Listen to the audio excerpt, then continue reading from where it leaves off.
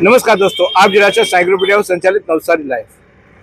નવસારીમાં વરસાદ આવ્યો, વરસાદી આફત આવી એમ કહી શકાય। એ વરસાદી આફત બાદ જે તંત્ર દ્વારા કામગીરી કરવી જોઈએ એ કામગીરી સામે પણ પ્રશ્નાર્થો ઉપસ્થિત થવા પામ્યા છે। વરસાદ તો આવ્યો, કુદરતી આફત એમાં ખરપાવી દીધી, પણ ત્યારબાદ ટીમ લગાવી તાત્કાલિક સફાઈ કરવી જોઈએ, પણ એનો અભાવ ક્યાંક ક્યાંક જોવા મળે છે। આપ જોઈ રહ્યા છો તે રીતે આ વિજલપુર રેલવે ફાટક પાસેનો આ રસ્તો છે અને આ રસ્તામાં અહીંયાથી આ જુઓ છો ત્યારે આ ફાટકનો ઓવરબ્રિજ બને છે। એક તરફ લોકો એમાંથી પરેશાન છે અને એની સાથે સાથે આપ જોઈ રહ્યા છો આ દેસાઈ વાડ અને હું ચોક્કસ આપ જોઈ રહ્યા છો તે અમીરા સોસાયટીમાં જતો આ રસ્તો કાદવ કિચ્ચરથી સામ્રાજ્ય છે। ક્યાં આમાં વિકાસ રહ્યો, ક્યાં રસ્તા રહ્યા? તો બીજી તરફ આપ જોઈ રહ્યા છો તે રીતે આ દેસાઈ વાડ અને અહીંયા સામે દેખાય છે એ નગરપાલિકા, વિજલપુર નગરપાલિકાની જૂની કચેરી છે। એટલે વિજલપુર નગરપાલિકાની કચેરી અહીંયાથી હટી ગઈ પછી અહીંયાની સફાઈ અને એની સ્થિતિ આપ જોઈ રહ્યા છો। માની શકાય છે વરસાદ વધારે આવ્યો, પાણી ભરાયું, પાણીનો નિકાલ થયો, પાણીના નિકાલ પછી સફાઈ થવી જોઈએ। આ સફાઈ જો મોડી થાય તો ઇસ્યુ ઉપસ્થિત થાય અને એ માટે જ આજે સતત લોકો આ માંગ કરી રહ્યા છે કે અમારા વિસ્તારમાં યોગ્ય સફાઈ થવી જોઈએ, રસ્તા યોગ્ય બનવા જોઈએ। આ એક તરફ આ તો સફાઈનો ઇસ્યુ છે, તો બીજી તરફ તો જોવા એ રસ્તો જ નથી, રસ્તો જ આખો તૂટી ગયેલો રસ્તો જોવા મળે છે। ત્યારે આવી સ્થિતિ આખા શહેરમાં અત્યારે પૂર પછીની, એટલે કે પૂર તો ના કહી શકાય પણ વરસાદી આફત પછીની આ સ્થિતિ સર્જાઈ હતી। તો એ સ્થિતિમાં જુઓ છો આ નગરપાલિકા દ્વારા, એટલે કે અહીંયા જે આખો રસ્તો બન્યો, આ રસ્તામાં આ ગટરના ઢાંકણાઓ આપ જુઓ, ખુલ્લા ઢાંકણાઓ છે। આ ઢાંકણાઓને એ રીતે મૂકવામાં આવે છે કે પાણી કેટલી ખરાબ કરી શકે। આખો વિસ્તાર જ્યારે રસ્તો પહોળો થયો ત્યારે ગટરો મોટી કરવી જોઈએ, એના ડાયામીટર વધારવા જોઈએ, પણ ડાયામીટર નહીં વધારવાને કારણે આ સમસ્યા ઉપસ્થિત થતી હોય છે અને અહીંયા આ પાણી નિકાલની જે વ્યવસ્થા હોવી જોઈએ એ અપૂરતી વ્યવસ્થાને કારણે આપ જોઈ રહ્યા છો તે રીતે અહીંયા પાણી ભરાઈ રહ્યું। અહીંયા લગભગ 1.5-2 દિવસ સુધી પાણી ભરાઈ રહ્યું। આ રસ્તામાં અહીંયાથી જ મારું ઘર પણ આવતું હોય છે, અમે આ રસ્તેથી જતા હોઈએ છીએ, ત્યારે આ સ્થિતિનો સામનો કરવો પડતો હોય છે અને લોકોને અહીંયા આવતા જતા લોકોને પણ પારાવાર મુશ્કેલી પડતી હોય છે। આ બેન, કેવું પાણી ભરાયું હતું ને કેવા રસ્તા? પાણી એટલું બધું હતું ને કે અહીંયા સુધી પાણી, લોકોના ઘરમાં પાણી ભરાઈ ગયા। તંત્ર વાળા કોઈ આવ્યા હતા ખરા? હા, હમણાં આજે અશોકભાઈ ધોરાજીયા ને પેલા બીજા બધા આવીને કચ્છી ને એવું બધું ઉકાળી ગયા, પણ હજુ આવું બધું રવા દીધેલું છે। ઘરોમાં કાદવ કિચડ હા ઘણો છે, બધાએ પોતપોતાની રીતે સાફ કર્યો।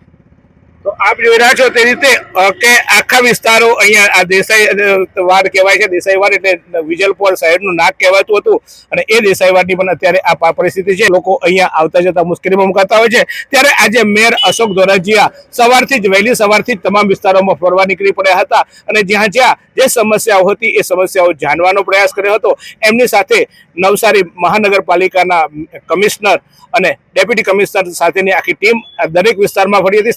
સ્થાનિક જે નગરસેવકો છે એમને પણ ત્યાં હાજર રાખવામાં આવ્યા હતા અને સ્થાનિકોને પણ હાજર રાખી વિવિધ વિસ્તારની મુલાકાત લીધી હતી। એમને સવારે રવિ પાર્ક સોસાયટી ત્યાંથી લઈને પ્રજાપતિ આશ્રમ પાસે આવેલી નટવરચાલથી દેસાઈ વાડથી અમીરધારા સોસાયટી અને અનેક વિસ્તારોમાં એમને મુલાકાત લીધી હતી। ત્યારે કેટલાક વિસ્તારોમાં સ્થાનિકોએ આક્રોશ પણ વ્યક્ત કર્યો હતો, કેટલાક વિસ્તારોમાં તંત્ર સામે રોષ પણ વ્યક્ત કરવામાં આવ્યો હતો।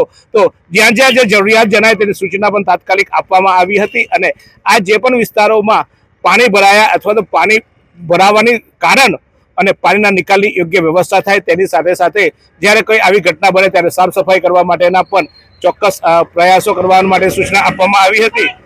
તો આ સમગ્ર શહેર દરમિયાન જ્યારે તેઓ ગયા હતા ત્યારે કેટલાક લોકોએ એમને ટોકવાનું અથવા તો એમને ટીકા કરવાની પણ કોશિશ કરી હતી, તો કેટલાક લોકોએ એમને સહયોગ પણ આપ્યો હતો। પ્રજા છે, પ્રજાના મૂડમાં આવે એ રીતે કામ કરતી હોય છે।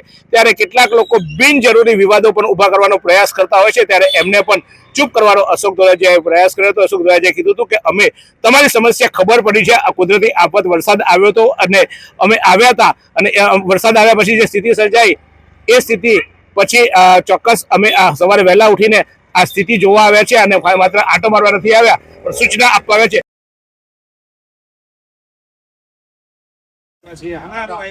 આના માટે આવ્યા જવાનું એટલે કે મારા આસપાસ 1 મિનિટમાં થઈ જવાનું એમ નહીં। આ 8 વાગ્યામાં શું કામ આવ્યા છે? પછી જે આના માટે આવ્યા છીએ અમે। તમારું જોવા આવતું હતું અહીંયા તમે એમ કહો છો એટલે કાલ થઈ જવાનું છે એમ કહો છો થાય તો જ આવજો તો. તું હતો તે શું કર્યું વાત કરો છો. આજે તું હતો તે શું કર્યું 7 વાગે માં ઉઠીને બોલની જગદીશભાઈ કહી દે માથે અમે ફરીએ છીએ. શું કરવું પડે? તમારું માટે જ આવ્યું. તમને પહેલા જ કરતા આવડે, મને નહીં આવડે.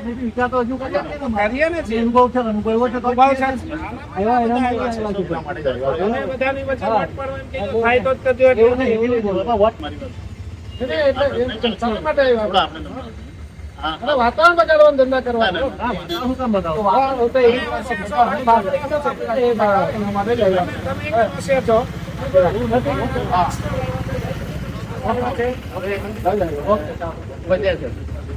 જો કે આ જે પણ વ્યક્તિ આક્રોશ કરતો હતો એ એને પડતી તકલીફોને લઈને આક્રોશ કરતો હતો. કોઈને આમ તો શોખ ન થાય પણ એ તકલીફો પડે છે.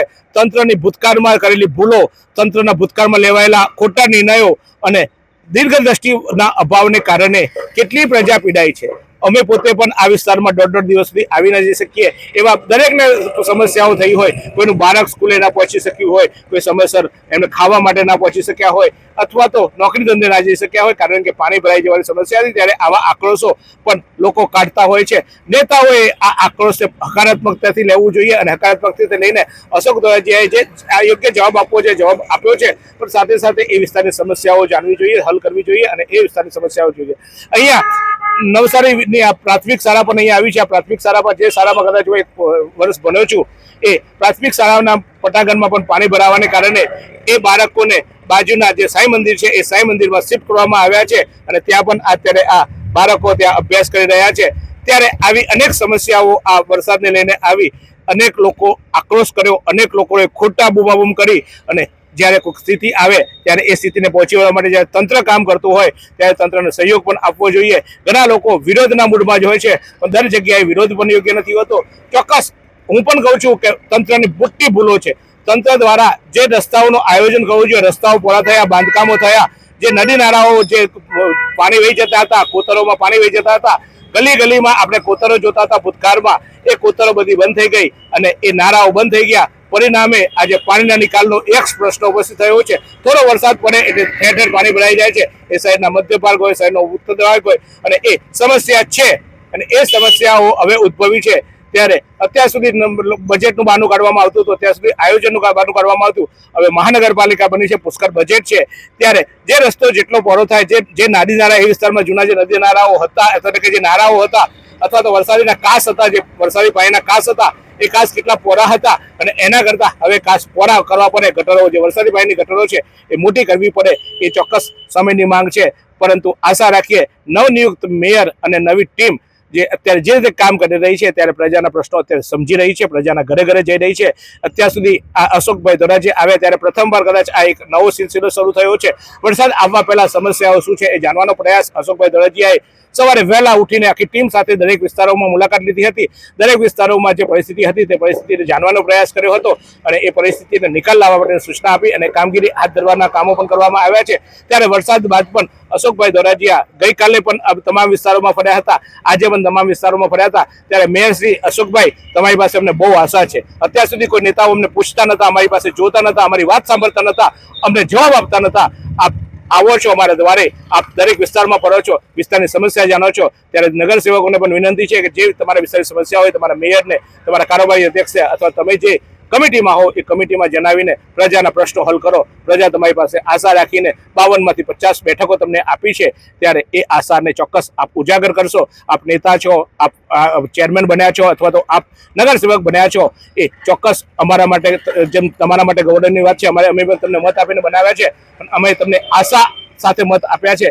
ત્યારે અમારી આશાને ચોક્કસ આપ ઉજાગર કરશો. લોકો આક્રોશ કરશે, લોકોને કારણ કે તકલીફ પડે છે ત્યારે આક્રોશ કરીએ. આપણા ઘરે જરાક રોટલી બળી જાય અથવા તો રોટલી જરાક કડક થઈ જાય તો આપણે પત્નીને પણ આપણે જો ખીજાઈ જતા હોય, શાક બળી જાય તો એ પત્નીને પણ આપણે ખીજાઈ જતા હોય તો એ અમારી માનસિકતા છે. અને આ માનસિકતામાં જો તમે અમારા કામ ન કરો, અમને તકલીફ પડે તો અમે તમારા પર ખીજાવાના છે. એ પણ ચોક્કસ છે, કારણ કે અમે આશા અપેક્ષા રાખીએ છીએ. ત્યારે આપ સંયમ રાખીને અમારી જે સમસ્યાઓ છે એનો હલ કરશો એવી આશા.